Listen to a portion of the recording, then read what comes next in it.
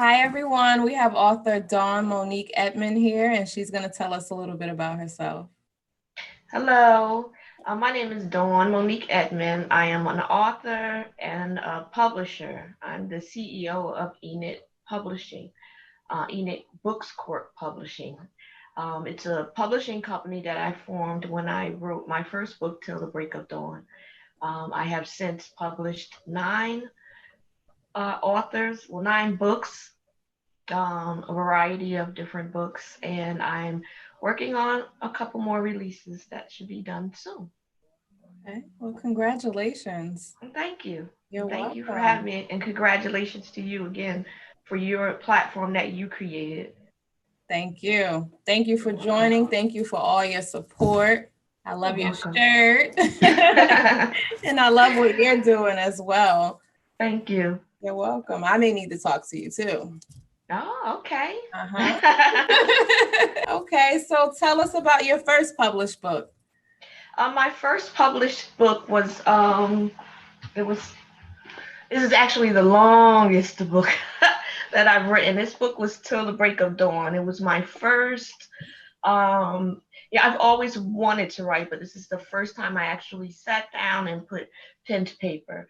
Um, this is this is actually my baby. I've done so many other things, but this right here is. Um, I'm proud of all of them, but I'm just so proud that I was able to. I had the courage to do this and the support that I needed to continue to push it to finish it.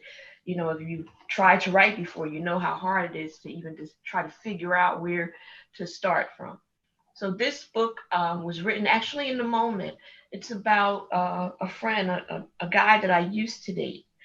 We broke up, and he had a stroke where he was paralyzed partially. He couldn't speak. He lost his memory, and he got his family members somehow through communicating with them to contact me while he was in the hospital. And because our relationship was just freshly, we just broke up, and of course I still harbor some stuff in here. I went there. He had a girlfriend, his ex-wife, his family, and all of them. And in the midst of all of that, I'm taking care of him, helping him get back to health, and just be able to function and help take care of his own self. So this journeys that it journeys my interactions with him, my interactions with his girlfriend, his children, his family. Um, so this was really really good. It's a book about patience, empathy, forgiveness, and just spiritual, because I did a lot of praying on this journey in order to get through it. Okay. Yeah. And what inspired you to actually start writing? I was journaling the whole time that I was going through this. I would get like it's so frustrated, and you have to be able to release it. And for me, because in the midst of dealing with him, I communicated with my friends, but not a lot. Most of my time was spent taking care of my kids, running back and forth to the hospital with him. So I would journal things, and I would post things on Facebook. This has a lot of posts from Facebook, but the posts were like encrypted because I didn't want to like I'm not one to go talk about someone. And so I would just write little things about what I was dealing with. So they are actually in here. So what I did was use the post on Facebook and explained what I was going through at the time I posted those things, because no one really knew. They just, how you read someone say something and then you're like, oh, I'm going to pray for you. I hope you're okay. You're going to make it through. But they didn't really know what they were praying for. Okay. So I used those posts and I used my journals to put it in the book. And Okay. because it was so new and so fresh, I was able to capture all the emotions that I was dealing with at the time. Everything. I remembered everything. So that's why. And when I read it myself, I'm like, girl, you was dumb. What was wrong with you? But it's okay. That's what I'm supposed to do.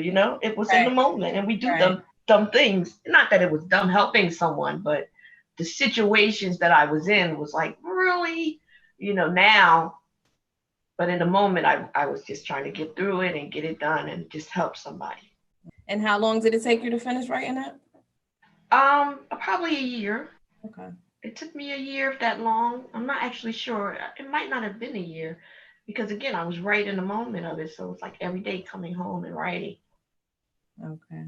Okay, so let's talk about Bridging the Gap. yes. Yes, This one yes, is yes. I co-authored. I solicited a group of parents and their children for this book.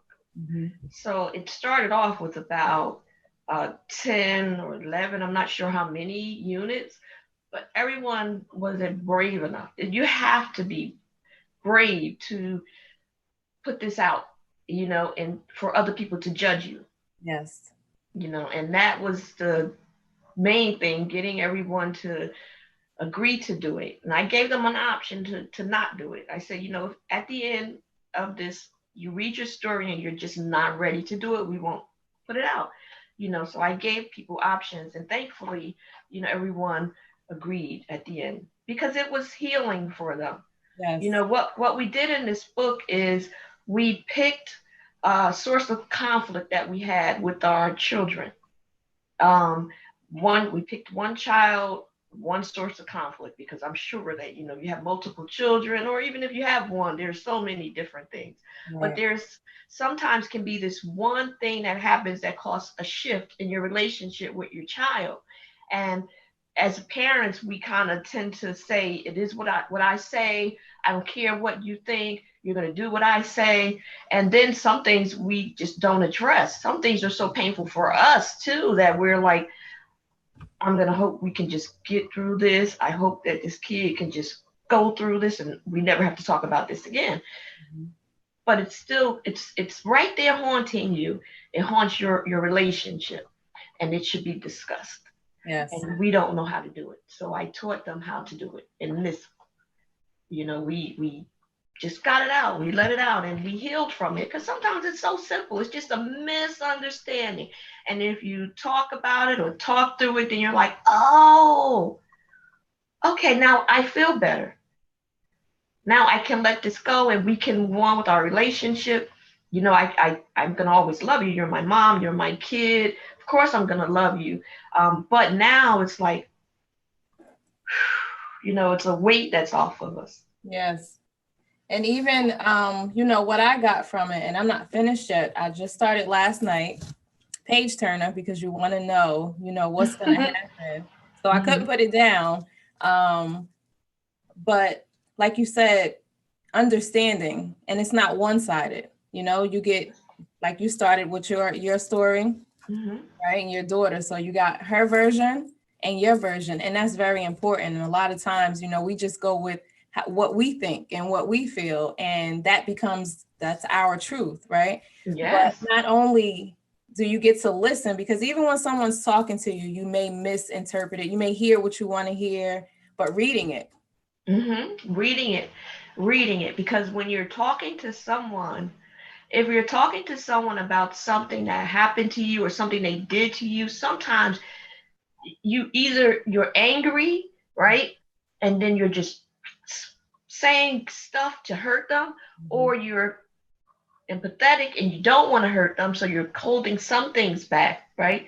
But if you're writing it and they're knowing you're just writing what you feel, and then you're giving it to them, and then they get to read it. There were so many tears.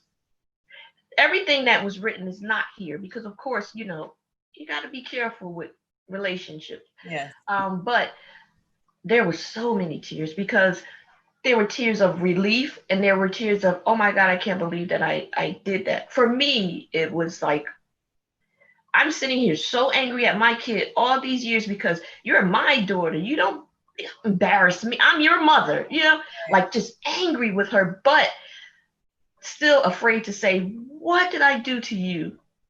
Because I didn't want to hear, because you know what you do. I know all the stuff I've done. I'm like, maybe it was that. Oh, I don't want to talk to her. Or Right. maybe it was that. Like, what is it that's made her so angry with me? And then talking to her, I realized it wasn't really all about me. What about what she was holding on to? What about her anger, her fear, her disappointment?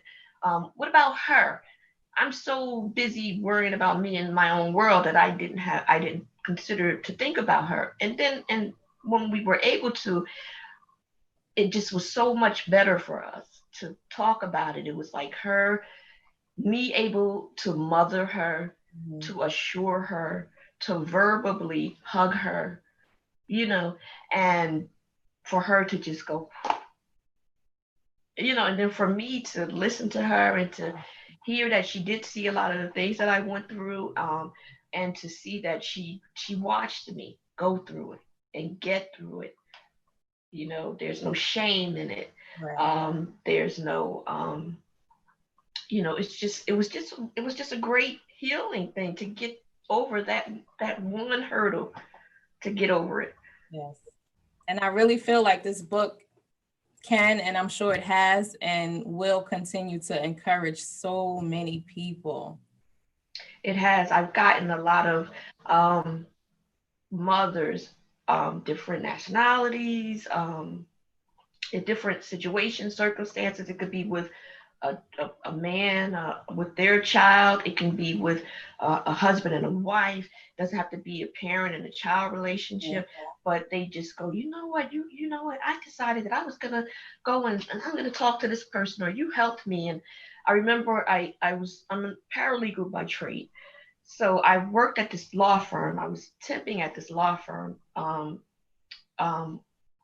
for a couple of months, probably 6 months. When I'm working, I don't usually talk about what I do because it's difficult to bring that to a job that pays you. Mhm. You're here working for us. We don't want to hear about what you do. So what happened is that they had a library there with different books. This is a really big firm in all different states, right? This big. So I asked, could I put my books there? And they told me, yeah.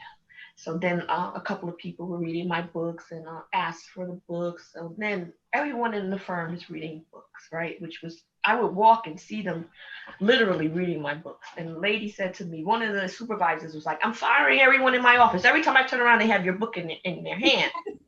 And they would corner me. They would walk the attorneys, the people in the mailroom, the paralegals.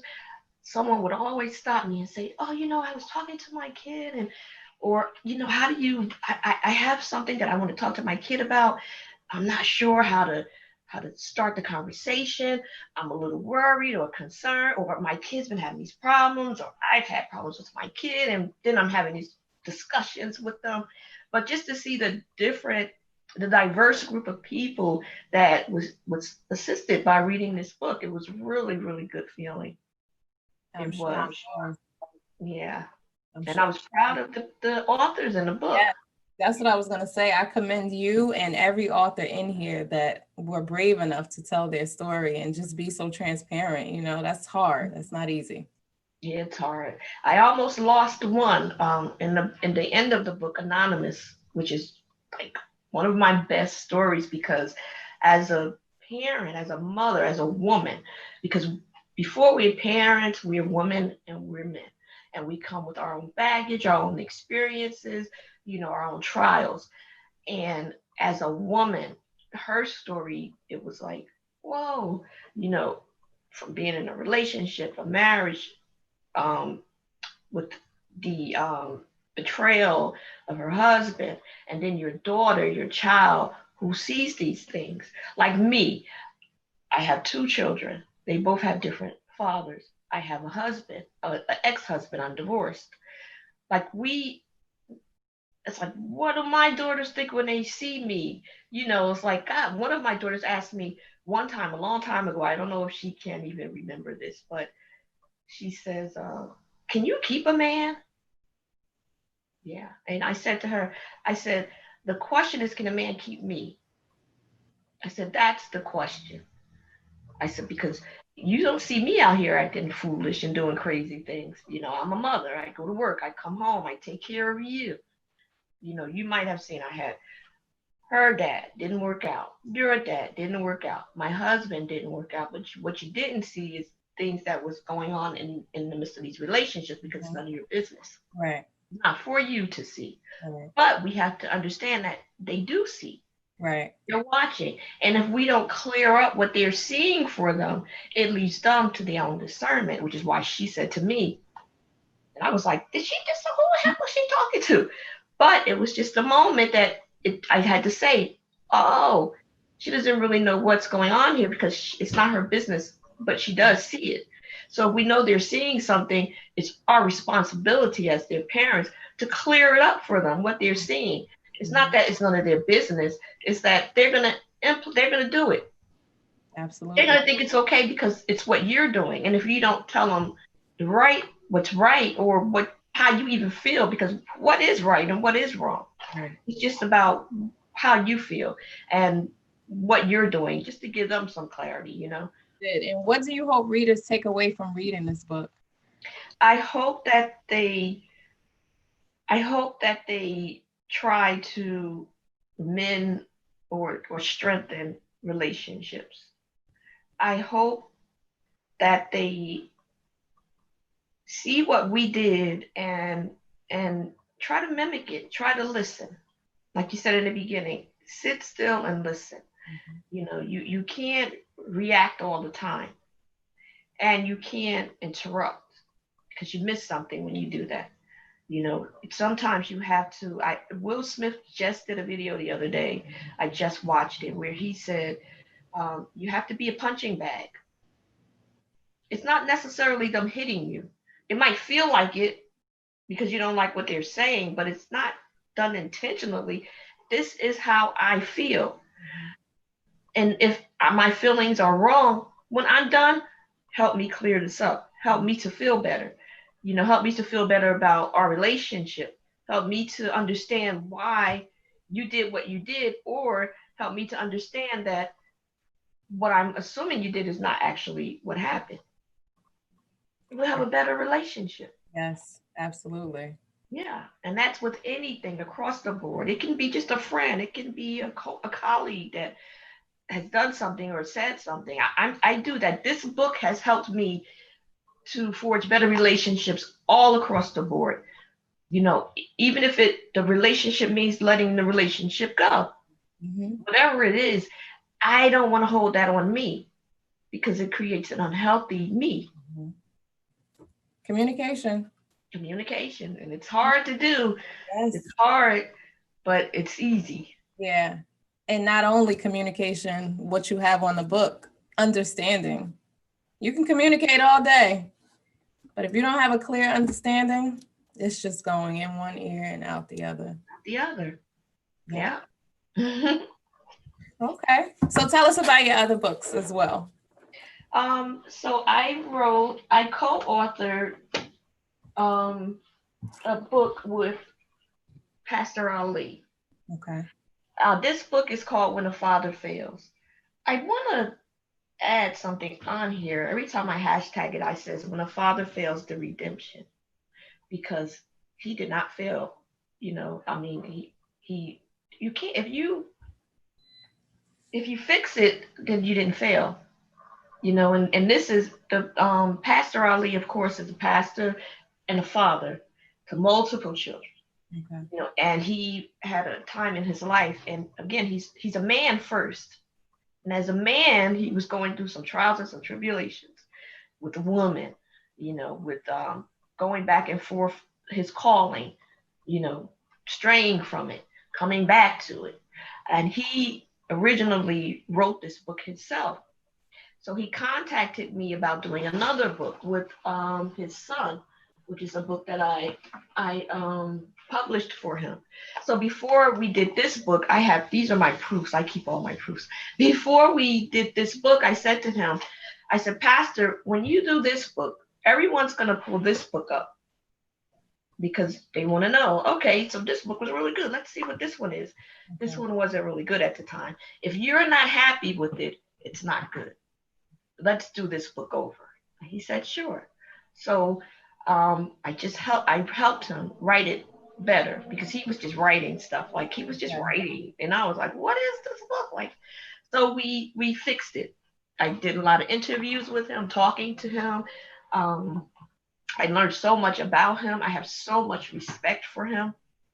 just from working with him in this book. And then I watched him progress, and I watched his, um, he's always been a positive or man in it, but I just watched him, come stand up straighter, talk now, this is my book. This book is about me. You should be reading this book as opposed to the other one just sitting on the shelf, Yes. So it's really, really good. It talks about his journey. It talks about his addictions. It talks about his womanizing. But it also talks about him continuously coming back to his calling, which is ministry. And it talks about him end up getting it right and healing relationships with his children, his biological children, and his children in his ministry. So that's what this was about. This was I really enjoyed working with him again. You become really good friends. You become great friends with people that you work with because you learn so much about them and they have to be honest. That's the only way that the book can work is if you're being honest with me. I don't care what it is, good, bad, or indifferent. If you're not being honest with your audience, they're gonna know. You're gonna know. You're gonna be like, there's no way you were this freaking good. There's no way that, oh, so you didn't do anything. So you have to be honest.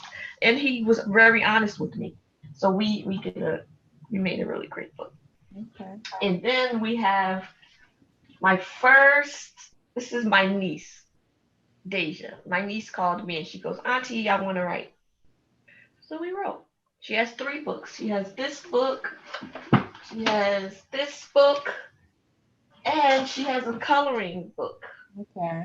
Yeah, she wrote her first one when she was 11. She's 15 now. So now she's a young teenager. So I'm telling her, let's get into the teen years now. Let's write. But these are the books that she wrote.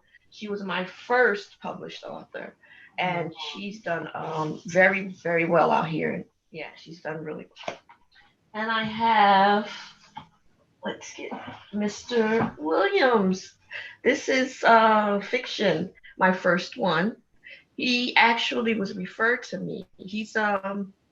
I was so impressed with this book. I was afraid to publish the book because I didn't think I would do him any justice. And I sent him a letter saying, now I've gotten, when I first started my publishing company before, I got rejection letters, right? And I was like, before I decided, I'll publish my own, I'll create my own lane. I had to write one. And I was like, how do I tell this guy this? Because I don't want him to think that his book is not good. No one told me, oh, your book is okay. This is just something we can't do. They just didn't want to do it. So I explained to him, this is a great book. He's a great writer. He really is. But I said to him, I don't know if I can give you the justice that you deserve. I'm just starting out. I don't have an audience. I'm all by myself. I can't market. I said, these are the things that you need because people need to read this book. Okay. And he wrote, he called me and he was like, I want you. We'll create this lane together. I want you to help me. I want to give you the opportunity. And so we did it. He wrote it. I just had to edit and format and all that other stuff. But this book is really good. I know nothing about the military. I wasn't in the military. But it's about the military. It's about him being in the Philippines.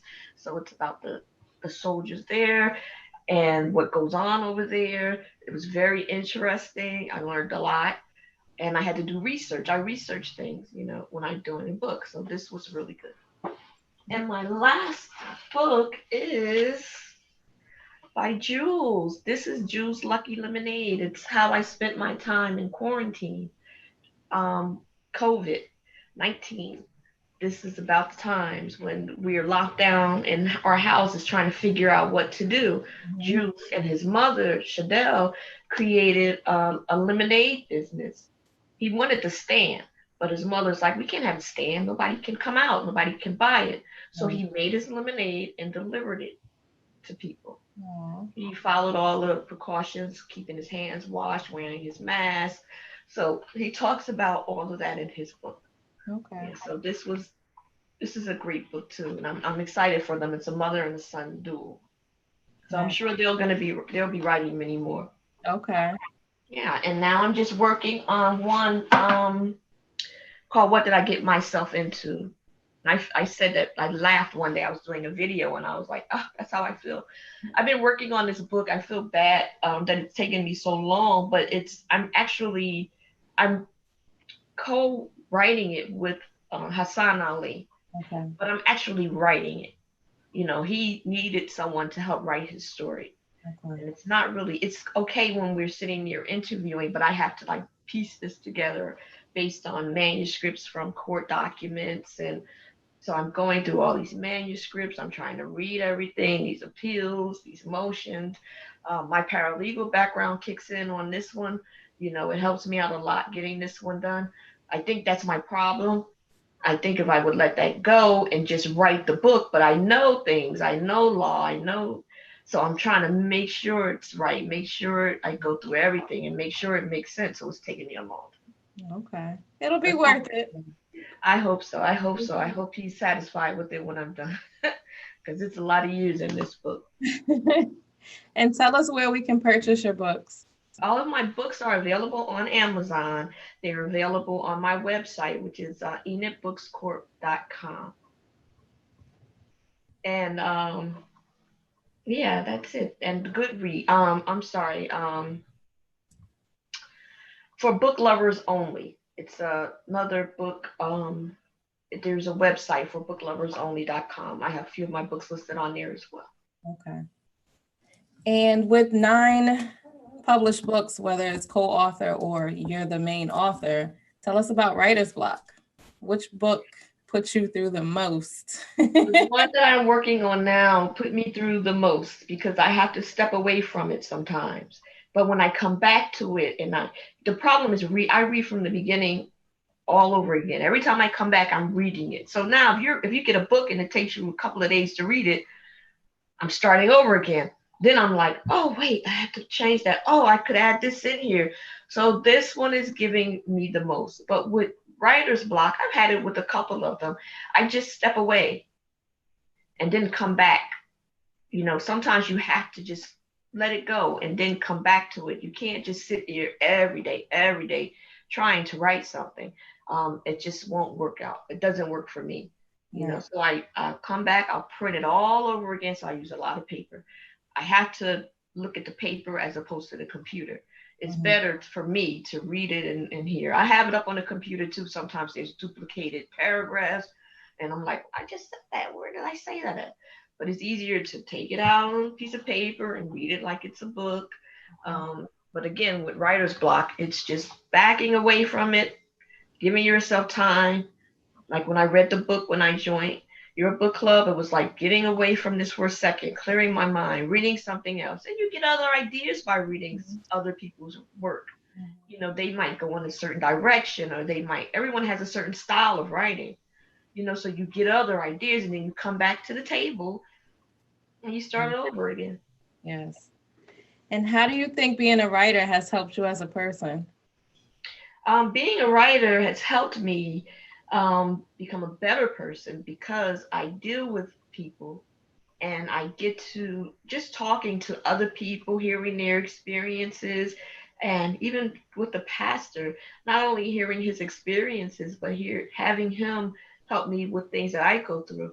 You know, when we're talking and it's like maybe I'm in the midst of something and then he's talking to me, or I'm learning something like in bridging the gap, learning how these parents were dealing with their children, or learning how they had tackled the situation that I probably needed to deal with and didn't. And it's like, oh, okay. And then talking to the kids was one of the best things because my children are their age. My children are 11 years apart. I have 22 and 33, something like that, 22 and 33. So when I was talking to the other kids about how they were feeling, things that was going on with their relationships, how they wanted things from their parents, one of the authors in the book said all I want is for my mother to hug me. Ugh. He's like, I just want her to hug me. I'm like, hugging my kids? You just don't know. Right. You know, and I thought about it. I was like, do you hug your kids enough? Like, Are you affectionate with your kids? So I learned so much from the people that I work with. Mhm. And then just learning things in general, like the military. I Yeah. learned a lot about that. So it just helps me out. I'm become a very diverse person. Yeah. Yeah, and a nicer person. I'm such a nice person. It's all because of the people that I work with. Yeah. You have to be a good person to deal with people. You want them to have a great experience. I want people to have a great experience when they come to Enid Bookstore. Hmm. I don't want them to say that I was mean, or I was like put them off, or I didn't encourage them or build them up or try to help them. So I want them to have a great experience. So I'm just becoming a better person. Yeah. Oh, Absolutely. And even what's his name? Rashim? I don't know yes, his Rashid. story. Oh my goodness, that's breaking me. I'm like, oh my God, from one little incident that may not have even taken place changed somebody's whole life. Changed somebody's whole life. It changed somebody's whole life, and that was like, and the mom, him, both of them were dealing with so Yes, much pain, yes, and yes. talking to them was like, okay, because you can't be a crybaby if you're, this is my job. That would be I me. can't be I would be sitting like, here, oh my God, So, so I'm like, all right, Dawn, this is your job. So you have to not be tough or anything. You have to be compassionate and empathetic, but you just can't be sitting here crying and patting someone's head. You right. have to allow them to express themselves. You have to allow them to be hurt, and then after all that is over with, then we go with the healing part. So we Yeah. did, but it was the pain that they were in. It didn't just come back together and not even talk. It's like, all right, so he's home. Now you guys are going right back like it never happened. Mhm. How do you do that? How do you not discuss what happened and think that everything's going to be Everything's gonna be okay? okay. It's not going to be okay. Nope. So they agreed to talk about it. And it was painful, it was hurtful. And then there are other people involved in it as well. So you Mhm. still have those relationships that you have to worry about, you know? So, but they did it, and I was proud of them. Yeah. Is there anything else that you would like to tell us about your books? Just that they're all available on Amazon and they're all good. The first thing is just opening it up. I say that to anyone. If you open up a book, you have to be able to grab someone so Mhm. that they can, if you open it and they're like, oh, you want them to open it and say, oh, okay, and then read it. So That's how I you want got them to not, me. yeah, I want them to read the book. I want them to buy the book, of course. I want my authors to be successful authors. I want their work to be able to help other people, but also financially sustain them, because that's why we're in this business. But I don't want just the finances. I want people to open the book when they read the book, review the book, talk about the book, promote the book. Those are things that I wish I had more support in, but it's coming, because I'm not giving up. I'm not going anywhere. I'm just gonna stay here. I'm gonna keep working this out until I can't anymore. Yes. Till the movie deals come knocking on your door. Yeah, I hope so. That would be great. And tell us where we can find you on social media. All of my social media platforms is Enid Books Corp. My Instagram, Twitter, Facebook, LinkedIn, and I think those are my all of my social media platforms that I'm on. But everything associated with me, I try to keep it all under one umbrella. So it's all Enid Books Corp. You can Google Enid Books Corp and you'll see all of my information pop up. You can contact me if you're interested in writing, if you need help, just advice. I'm always willing to help someone, talk to someone, guide them in the right direction. I'm not always looking to publish for everyone, because again, I'm kind of selective in what I'm putting out, but I'm still always willing to give a helping hand. Okay. Well, thank you so much for joining me. This is Thank you very a much. pleasure. Thank you. It was my pleasure. I appreciate you. I appreciate your platform. I appreciate you as well. You're a member. You're supportive. Thank you so much. You're welcome. All right, everyone. That was author Monique Edmond telling us about her books. Make sure you go out and purchase a copy. And don't forget to like and subscribe to this video below.